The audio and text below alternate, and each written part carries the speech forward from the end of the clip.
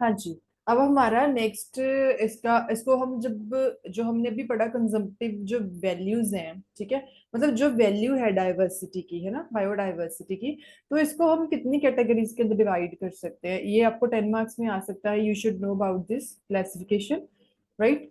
So value of diversity can be classified into the two direct values. What are the direct value and the indirect values? जो direct values वो होती हैं जो tangible है, जैसे मैंने बोला, जिसको आप छू सकते हो, टच कर सकते हो, जिसको आपको पता है कि हाँ ये है।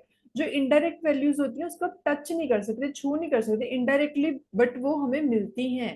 तो ये दोनों तरीके की वैल्यूज में मिलती हैं। जैसे ये कंजम्पटिव है जो आप यूज कर रहे हो, प्रोडक्टिव है जो प्रोडक्शन होती है वहां से। इनडायरेक्ट वैल्यू जैसे सोशल एंड कल्चर है, हमें पता है कि सोशल एंड कल्चर हमें वैल्यूज वहां से मिलती हैं, लेकिन अब ऐसी वैल्यूज को आप छू तो नहीं सकते, देख तो नहीं सकते, टच तो नहीं कर सकते, तो ये इनडायरेक्ट वैल्यूज है एक तरह की।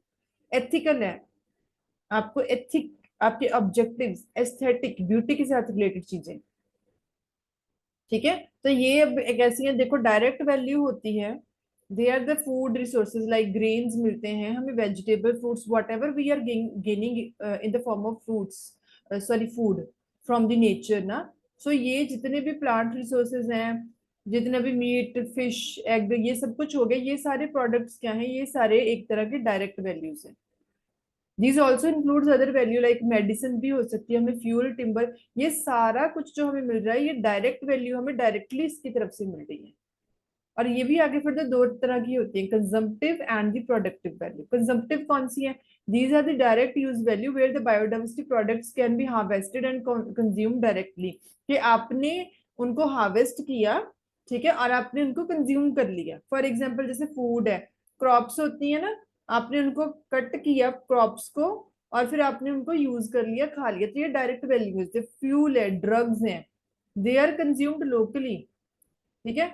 इसके अंदर कौन सा है? फूड है, हम लोग फूड खाते हैं, प्लांट्स हमें मिलते हैं इसकी तरफ से, ठीक है, हम लोग प्लांट्स, जितने भी है ये प्लांट्स, राइस वगैरह जो हम खाते हैं, फिश हमें मिलती है डायरेक्ट लोगों को, है ना, through the development of aquaculture जो होता है, टेक्निक्स हैं जितनी भी, फिश मिलती है, फ्यूल मिलता है आपको, ठीक है, हमें ड्रग्स और मेडिसिन मिलती हैं।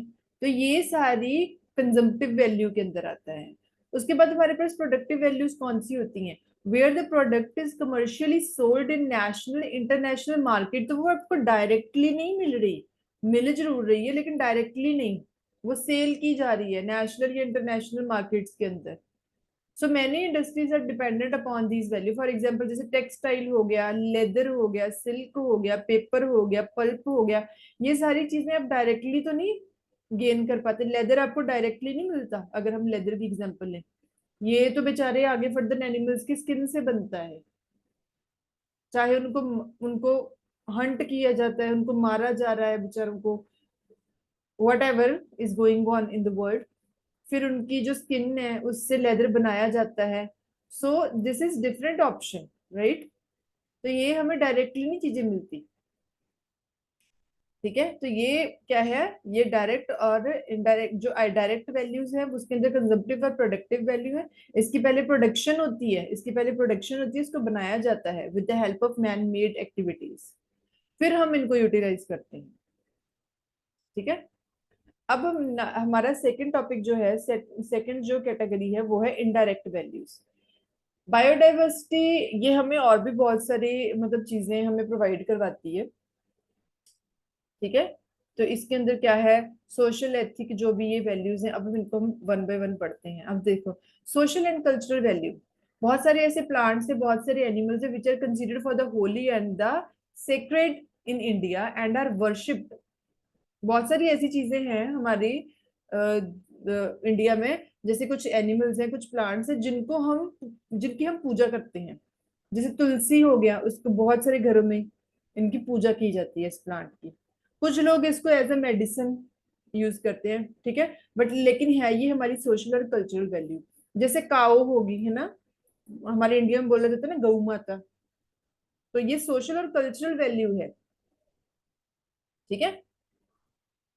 स्नेक को भी बहुत सारे लोग पूजते हैं, सही था भाई। सो इन इंडियन सोसाइटी जो बहुत सारी cultural value given to forest such as tiger, peacock, lotus, they are named as the national animal, bird and flower respectively.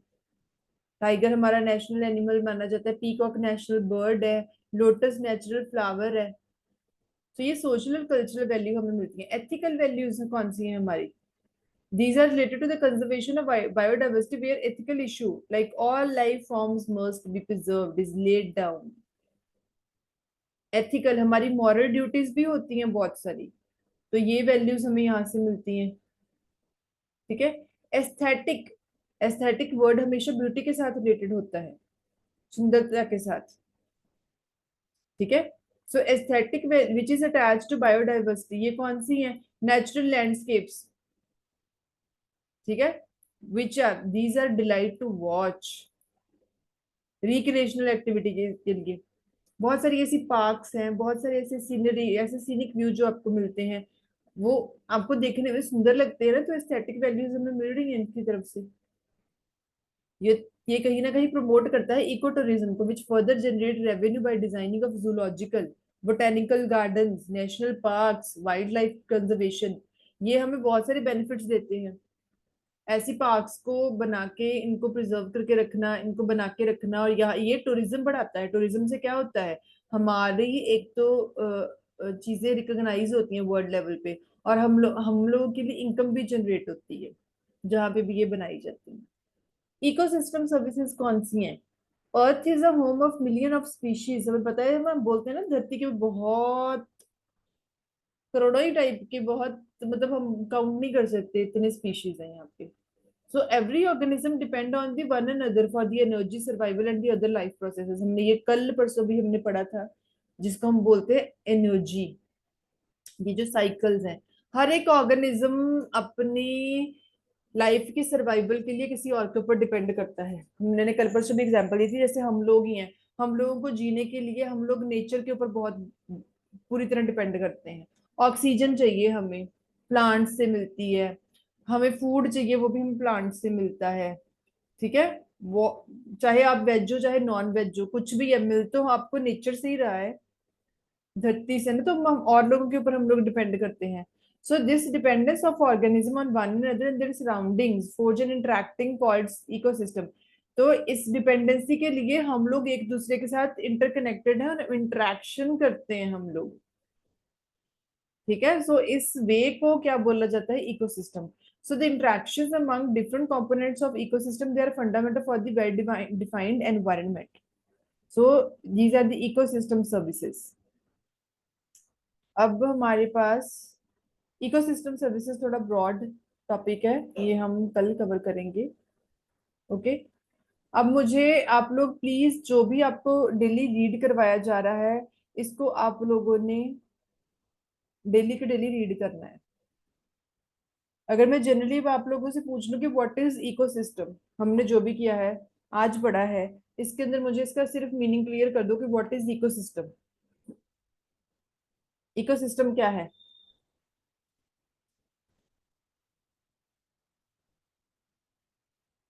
अभी भी पढ़ाया मैंने इकोसिस्टम।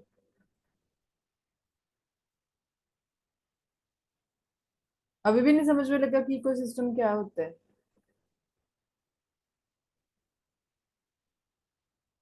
ये टॉपिक्स ना कल आपको आने चाहिए। इकोसिस्टम क्या है, हैबिटेट क्या है, बायोडाइवर्सिटी क्या है, ठीक है, कौन सी वैल्यूज हमें नेचर से मिल रही हैं, ये टाइप्स आपको सब लोगों को पता हो, ये सारी की सारी चीजें आपको पता हो, क्लियर हो। It should be very much clear to you people, right?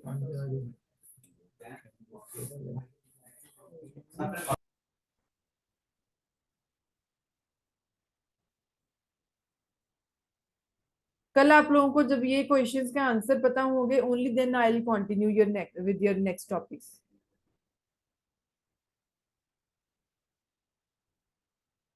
Okay. किसी का कोई क्वेरी हो, कोई डाउट हो, कुछ पूछना हो, कोई कुछ डिस्कस करना हो, you may, as I'm going to end the meeting now.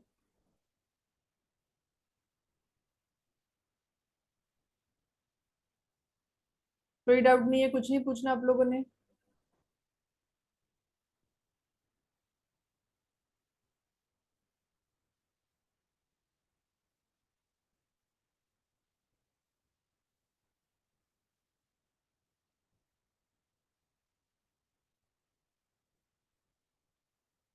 जो लोग वर्किंग है उनकी बात अलग है, जो लोग घर पे at least you can reply.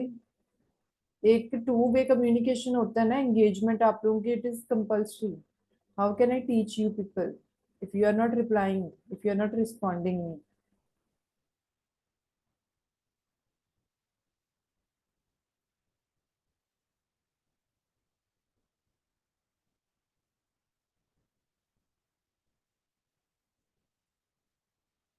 Okay, I'm going to end this meeting. We'll continue tomorrow.